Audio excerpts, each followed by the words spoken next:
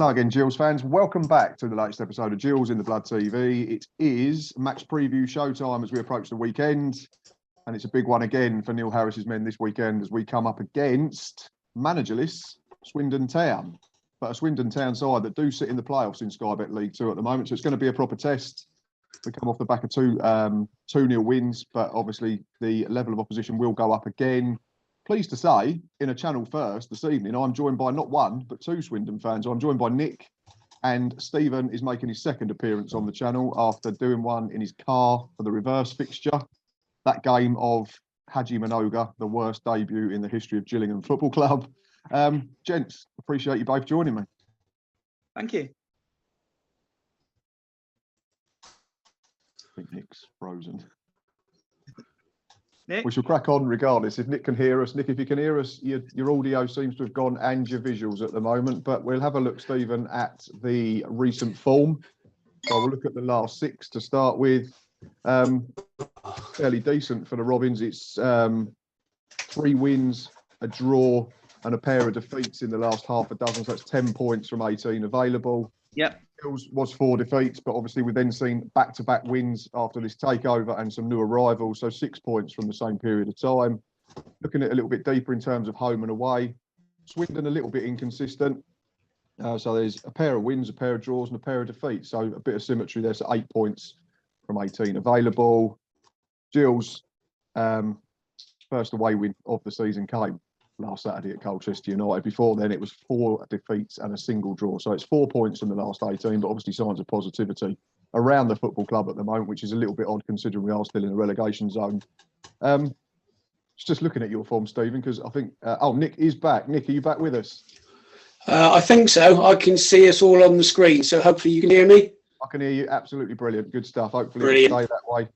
Just looking at Swindon's last 5 games, and it's win, lose, win, lose, win. So from a Gills point of view, fingers crossed that inconsistency continues.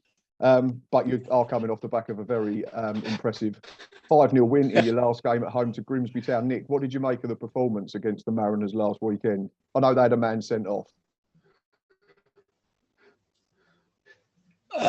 The performance, I mean, it was a total contrast to what we've seen most of the season.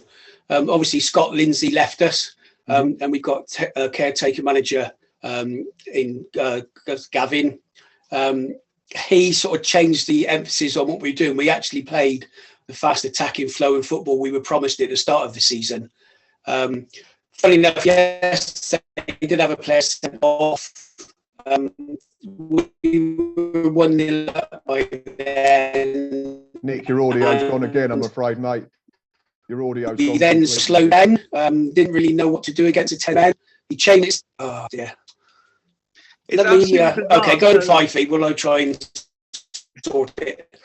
I feel sorry for Nick here because he's been on our podcast now for 9 months, and only one of us has had no tech problems whatsoever. Along comes Nick. And he pulls out with a hamstring injury. Sod's law. Stephen, if I come to you, Nick, I think what we caught there was that there's been a change of emphasis, obviously, in the short time that the caretaker manager's been here. To flip it round from that very good performance and high-scoring win against Grimsby, just looking at teams that you've played recently that we've also played in the last few weeks, lost to both Colchester and Crawley, which would be a little bit concerning if you're trying to get into the playoffs. We obviously went to Essex and won 2-0 last week and should have beaten Crawley back in November. It was another 0-0, a game that we bossed, but we was having problems in front of goal. And obviously we've spoken about the reverse fixture back in September, seems a long while away now. We played against 10 men for 80 minutes. So just a quick recap. What did you make of the game as a whole and particularly the Swindon performance that afternoon? With regards to Colchester, you mean, or back in September? The September one. So obviously we feared the worst after the red card. It seems so long ago. So much has happened, and yet in the same vein, so much hasn't happened. Mm-hmm. We've kind of, for the most part, with the odd exception, the whole kind of beginning of the season's just kind of rolled into one. Mm-hmm. There's like a nothingness there. I think, like what Nick was saying, we went into the season with a certain expectation.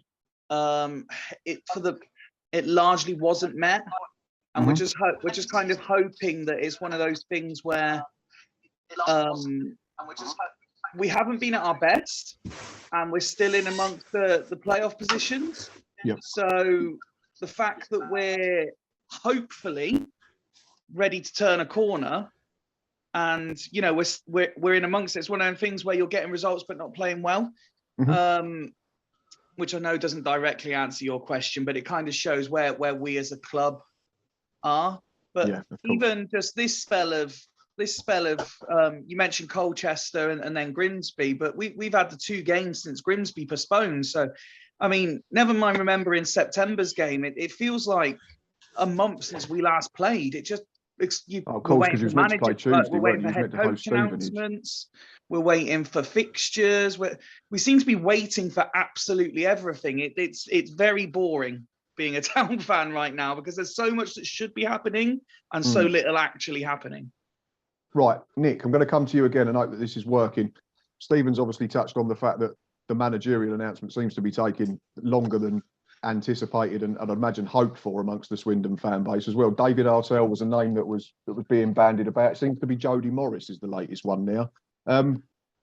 What's your opinion on why this is being dragged out for so long, the managerial situation? Because Scott Lindsay left on the 11th of January, so you're looking at the best part of 2.5 weeks now, especially when you're a side that's got aspirations of being in the playoffs and pushing towards the top end of the table. Is it frustrating? Is it becoming a hindrance? Right, can you hear me first off? Yes, I can. Hey, excellent. I've gone to plan B. It's boring now, to be honest. Okay. We expected it to have been done by the end of last week.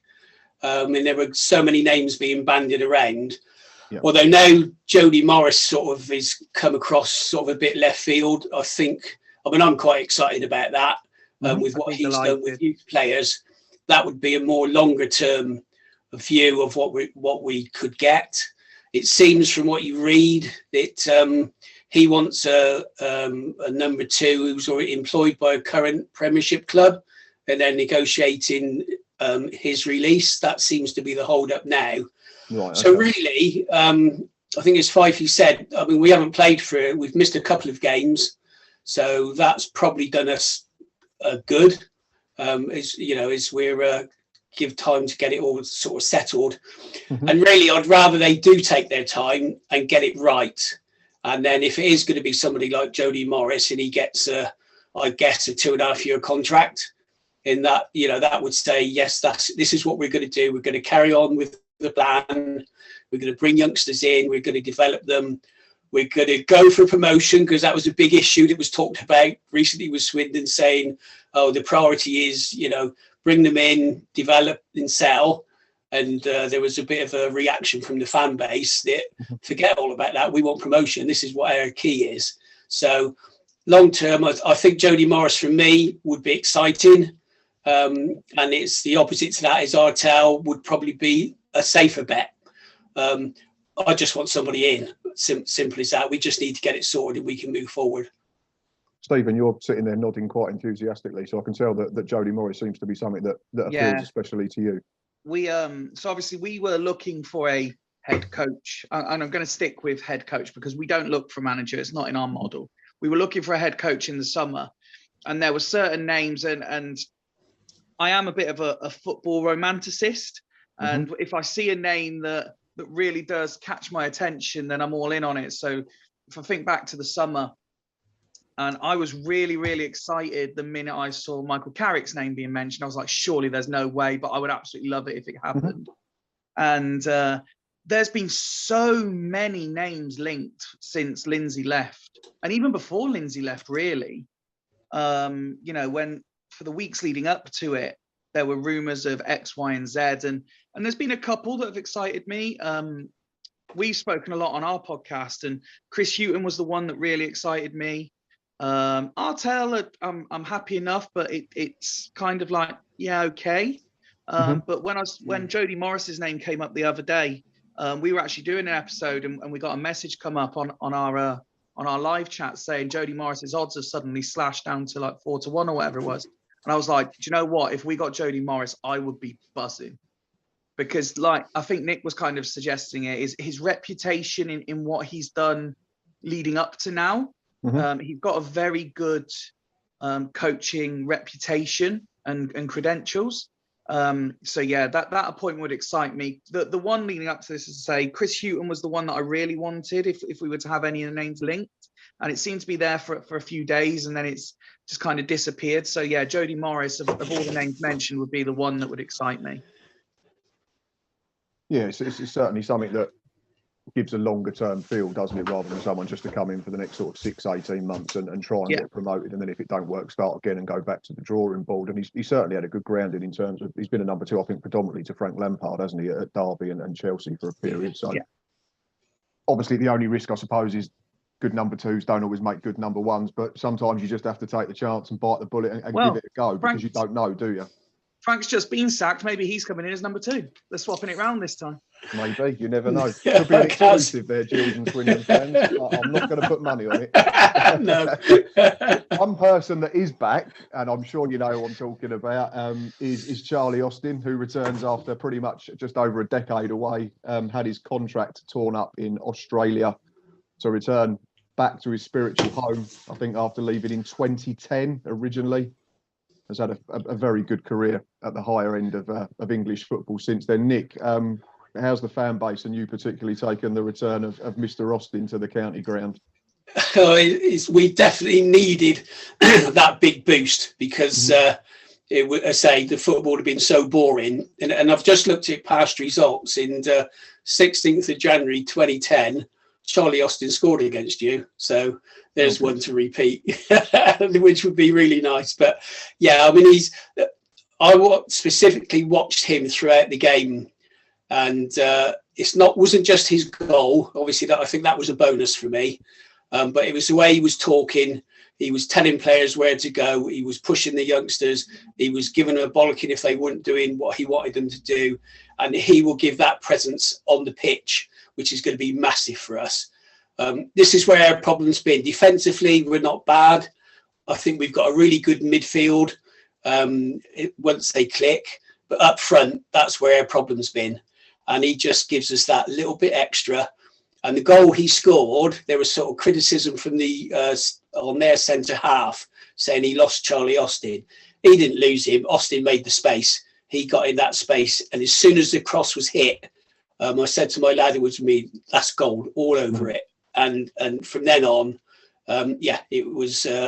I mean, everybody around Swindon is absolutely buzzing with Charlie Austin, and it'll be the same this Saturday, especially after missing, having 2 games cancelled out. So yeah, it would be a big buzz on Saturday. I mean, Matt, we speak about it obviously a lot. But I find it interesting when we get the chance to, when we get invitations like this. How would you guys look at it? Swindon are a different animal if Charlie Austin's in the starting lineup from you as opposition fans, surely. Well, I was just going to come to you and say, the thing is, you're getting Charlie Austin, and we understand he's at the back end of his career now. That's why, no disrespect to League 2, he's dropped down to League 2. But he's still very good for the level. The thing with Charlie Austin, and if you sort of link it back to old school players, is probably someone like Teddy Sheringham. He's never been out and out quick. He's always been quick up there. Yeah. And like Nick alluded to, and it's similar to our new signing, Tom Nichols. Good signing, by the way. His first movement is getting half a yard in his head before the defender's been able to react, and that's how he scores his goal against Grimsby, and that's how he scored a lot of his goals throughout his career. Same with Tom Nichols last week. He was aware that the centre-half was blocking off the centre-back, so he just stepped out of the space and then just waited for the ball to come in, took one step in and headed it in off the bar. So I think it's a great bit of business, because Charlie Austin knows he's not just some journeyman pro who's got no affiliation to the football club. He's coming back. There's a link there. There's something that tugs at the heartstrings, because Swindon gave him his chance in the Football League. So he's not going to just turn up and pick up a pay packet. So you know that he's going to work hard. He's going to work his socks off, and he's going to want to do well. And it also comes back to the point that you said that, things weren't quite going as planned. But after watching Gills all season, I'd love to be in a position where I can sit 6 and say, we can sack our manager and things aren't going great, to be fair. That's been the weird thing. We have these conversations with different fans every week, don't we, Nick? And they all say, you keep saying how bad things are, but you're like sat 4th, 5th, 6th in the league and you want the manager out and you're signing. And we're like, yeah, but it should be so much better. You should have watched us for 6 months. Then you wouldn't be moaning at all. But no, things are changing. It hasn't gone unnoticed your season. Don't worry. It's the takeover happened 2 days before Christmas, and I'm not going to lie. I was sitting on my sofa, obviously just enjoying a couple of beers. I'd finished for the festive break, and I got a bit emotional reading it. I sort of read it once, and it didn't really go in. It was like, oh, we've been taken up, and then it was like, we've got our football club back here potentially. This is huge. And then you watch the video, and I know they got teased on social media because they was sat in front of a Christmas tree back in America, and it was all very American. And he was trying to say Gillingham correctly, but obviously the accent came through. But he's softened the ham at the end of Gillingham now, and he's getting there. But in terms of what Brad Gallinson's done for us in, well, a month and 2 days, he's delivered on absolutely everything. He's come in, he said he's going to make it feel more like a community club again. He's done that. There was the ticket deal for the Crawley game week after the Swindon game where he said, pay what you want, minimum £1, maximum £30. We sold out in 24 hours and had to put we've had to use the open-ended stand. That's how busy it's going to be for home fans. And I know you all love that as away fans. He's improved the playing side. He's got a structure to the football club straight away. He's brought in Kenny Jackett as director of football, Andy Hessenthaler, club legend, back as head of recruitment. Again, two good additions as well. And the signings are, a top half, top 10 players. I'm not sitting here just saying that because it's my football club. We've signed 2 from Mansfield. Tom Nichols is better than where Crawley were. They're an absolute circus with their American owners. Glenn Morris has won They've got a wonderful new head coach, though. Well, it's just that I did not read it the other day. They've had 5 in 17 games. Deary me. Deary me. But yeah, Glenn Morris won Player of the Year 5 times out of 6 years, I think, at Crawley. And then we've got to try and fit Jules Lapsley in as well, who didn't come on until the last 15 minutes against Colchester. So we'll be a very different animal come Saturday 3 p.m. And if we can keep 11 players on the pitch, I'm confident it'll be a decent competitive game. Well, if you don't keep 11 on the pitch, it'll be another 5 goals for Swindon because 2 big victories. We won 5-2 at Mansfield. They had a player sent off. And obviously we won 5-0 against Grimsby, who had a player sent off. So, I was looking through our records, and it's amazing how many players on our side and opposition have been sent off over the games this season. So I think it could be a bit of a feisty game on Saturday. Yes, you are going to be a totally different setup to what you've been so far this season. And I'm actually expecting a really hard game. And I think if we can snatch it by the odd goal, I'll be more than happy. I mean, I can see you good battle there. And I wouldn't be surprised if it doesn't end up a draw. But, I say, obviously, we're looking for the 3 points, but it is going to be a very, very tough game without a doubt from where you've come from in the last few weeks. I'm going to remind him on Friday that he said that, by the way. That's fine. And he also didn't mention that they only drew 0-0 with 10 men against Gills, one of the worst football teams in the league at the time. That's how bad we were at the start of the season. We were so bad, and our performances, that wasn't unusual. In like you say, where we are in the league is like, if we could actually start playing. It just shows how bad the rest of the league is, really, doesn't it? Well, it does. But I've said the same. Yeah, if we could put a string of results together, top 3 is definitely there for the taking. We're not far off Northampton now. They've slipped a little bit. Long way to go in this season, and it'd be interesting to see what happens with Orient and Stevenage. Yeah, I mean, I was just going to jump on that point, Nick. I mean, Matt, you mentioned obviously losing to Colchester on New Year's Day. You mentioned the Gillingham game and stuff, but it was only, we had a really bad result Boxing Day against Walsall. And then a couple of days later, me and Nick were there with a couple of other guys and a fair few hundred Swindon fans. We went and beat Northampton at their own ground. It just shows how the phrase I've been using is consistently inconsistent. Yeah, I think you are. Yeah, that's probably a good way to sum it up. Like we said right at the top of the show, win, lose, win is the last 5. So fingers crossed that pattern continues from our point. But again, like Nick said, we know it's going to be a tough game. We just need to find that win, draw, win mentality. Well, you can start that after this Saturday. That's fine. Yeah. Just having a look at your squad in more detail. Obviously, goals have not been a problem. I think I counted 29 there or thereabouts in the league. But you seem to have spread them around. You've got Johnny Williams, who's on 7, Wakeling's on 5, Luke Jeff got on loan from Plymouth's got 5. Obviously, you've now added Charlie Austin to the mix, so that gives you another string to the bow. So it's going to be a tough game. We're going to have to be at it. It's not like we just got to stop one player and we stop everyone from. You stop Swindon from playing. Come to you first, Stephen, and then we'll let Nick do his predicted 11. Who should be, if you had to pick 1 or 2 out, the danger men from a Gillingham perspective? Because for me, Johnny Williams is another player like Charlie Austin who's playing below himself in terms of the level he's at. The problem he's had all his career is he's trying to stay fit. That's always been his biggest issue. But for me, he's absolute class. And on his day, he's probably one of the best in. It could probably be one of the best in League One if he stayed fit. No, absolutely. I completely agree. And I've said last season and this year that we're unbelievably lucky to have him. And we've done our sports science and physiotherapy and medical teams and all the different umbrellas they go under need a lot of praise, and we've said it along with Nick, because he's getting more games at Swindon than he's had at any other club in his career, because they are managing him properly. And yes, in answer to your question, Williams and Austin are the obvious ones. They're the obvious answer to that question. If I was to pick others out, Hutton has been our main outball this season, and it was he who set up Austin for his goal, and he will continue to be the main outlet for crossing.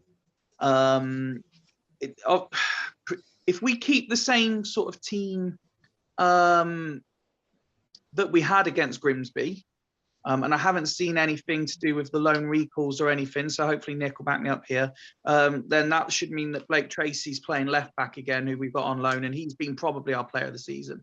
An on loan left back would never be the one that's obviously described as player of the season, but he has been stunning since he signed. He would be another one. And then we've got Hepburn Murphy and Wakeling likely to play either side of Austin, and both of those players are very gifted young men. And having Charlie's tutelage, like Nick was alluding to earlier, having him tell them what to do is only going to improve their game. But they have the ability, they have the raw ingredients and raw ability in them. If it is a tight, feisty game, they have it in them to just do that something a little bit special and a little bit unexpected. His name's half the team there, Nick, to be fair to him. So you've got eight danger men, so you've got 3 to 5. If I'm throwing it in the mix, it's not exactly a danger man, but our goalkeeper will almost certainly pull off 1 or 2 quality saves during the game, because he always does. See, if you'd said that 3 weeks ago, I'd have said, well, we've got to create 2 quality chances, and I'd have laughed at you. But no, there's a chance he might have to pull off 1 or 2 saves now, which is quite nice to be talking about. Nick, come 2:00 Saturday afternoon, what's the Swindon 11 going to be?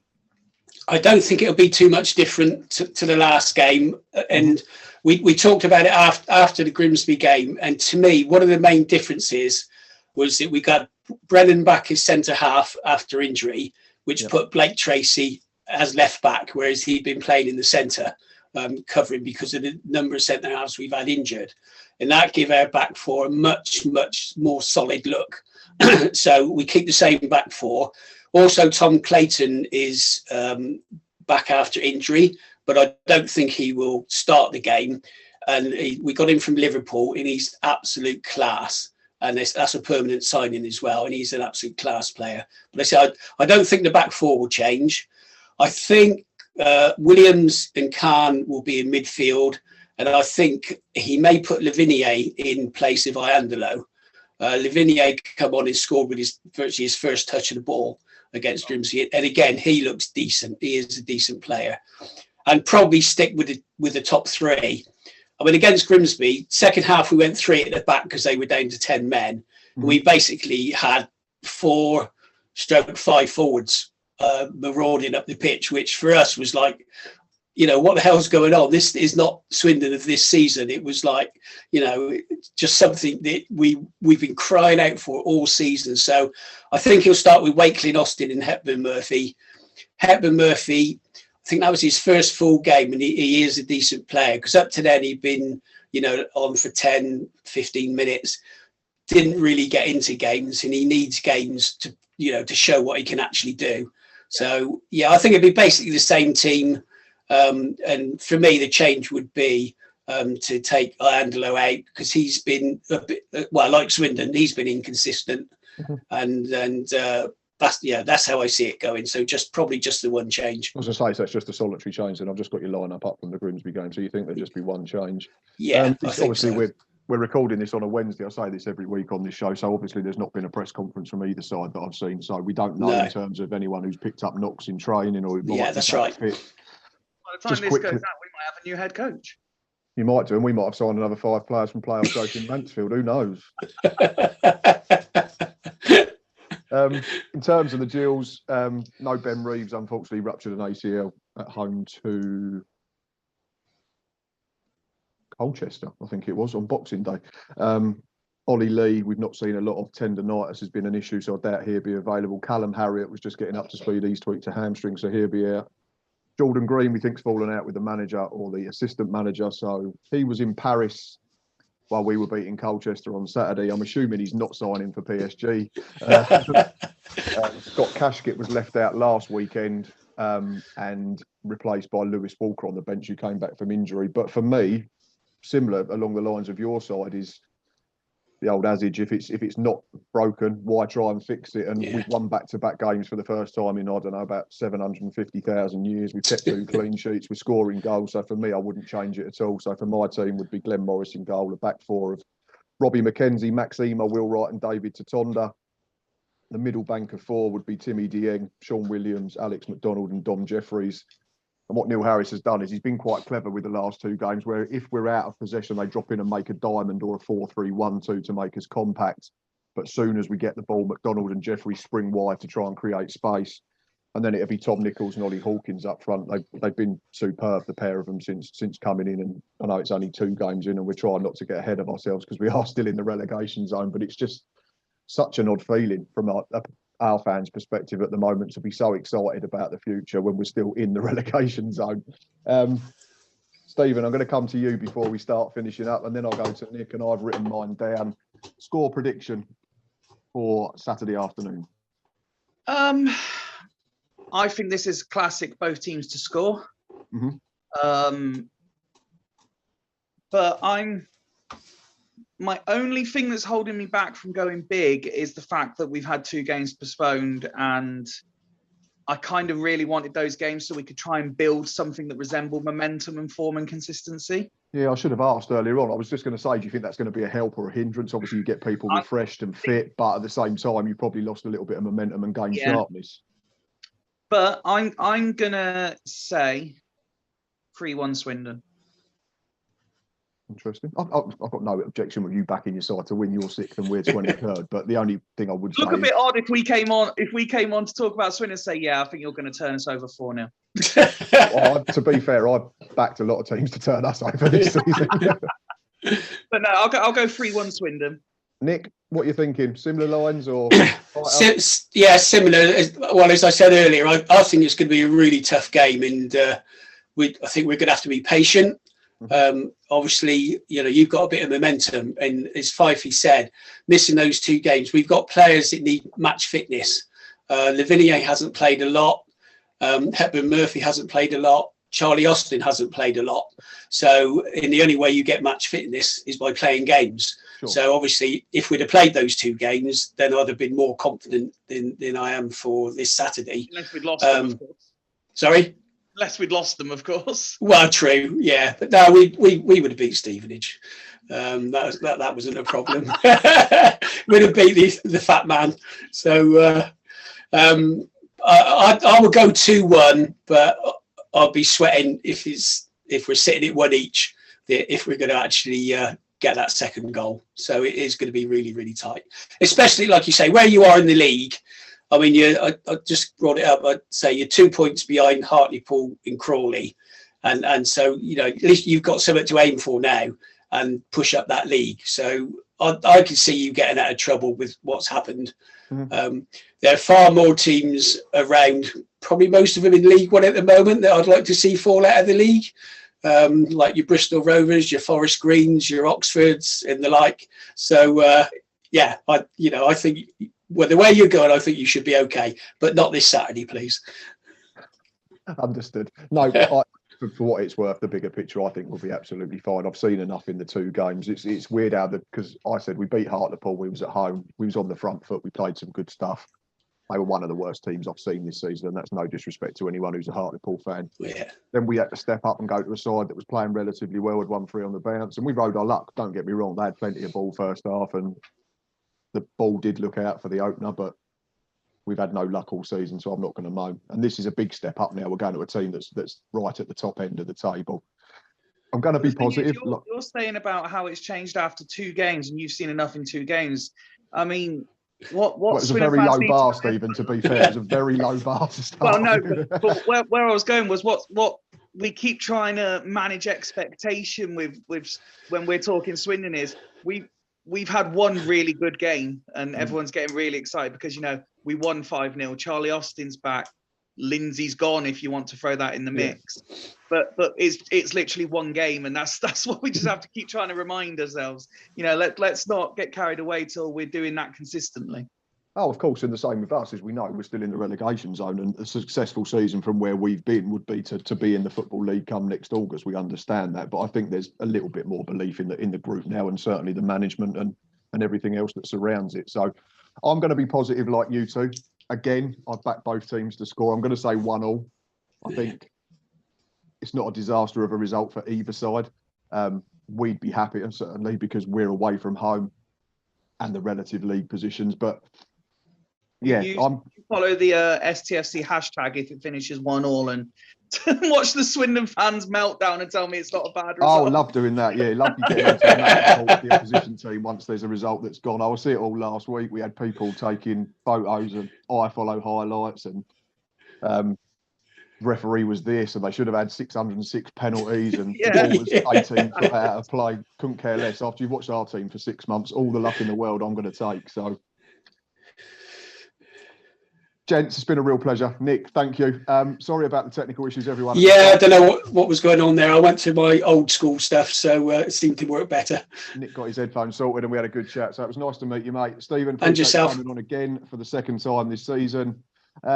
Gills fans, I will put their details in the description at the bottom of the video on YouTube. Also, go and check out the Falls Rush In Swindon podcast for all the build up to the game and reaction to the game afterwards, I'm sure, from their perspective. Yeah, we'll be, if any Gills fans do want to get involved in the chat, so to speak, we go live on Friday for pre-match and Monday for post-match. So they're more than welcome to watch along and let us know exactly their thoughts on the game. There you go. Go and check that out, Gills fans, if you're at a loose end on Friday or Monday. We are travelling. I am driving down to the county ground for this one, so there will be a match day live. I've got myself and Paige and Mandy from Her Game 2 in the car, and we've also got James, Reese and Owen from the ME7 podcast. So a good mixture of different fan-related Gills things. Any idea how many you're bringing down or up? I think we was just under 700 at last count. Is it? Good atmosphere then. Excellent. Yeah, it should be decent. Yeah. A few more than Stevenage, Nick. Oh, what? They're 22 that were coming. No, I've said this all season, considering how bad we've been, the backing up and down the country has been frankly ridiculous. I know Colchester's not too far away, but we took 1,200. We took hundreds and hundreds to Sutton just after Christmas as well to watch us get beat in the last minute. We did score a goal that night, so we couldn't complain too much. But we're essentially prolific now. We've got 4 in 2 games, so we're basically, and we buy who we like. We've got loads of money. Gents, it's been a real pleasure. Thank you very much. I'm going to let you enjoy your evenings. I will make sure that I tag the podcast and all of you in when it goes live on Twitter, etc. If you can give it a retweet. If you can keep liking and subscribing, please. We're at 2,300 and something subscribers now, which is frankly ridiculous. Do appreciate all the support. See you Saturday, Gills fans, and maybe some Swindon fans for a match day live. Enjoy the last couple of days of the week. The weekend is nearly upon us. We'll see you soon. But until next time, up the Gills. Okay. Cheers, Matt.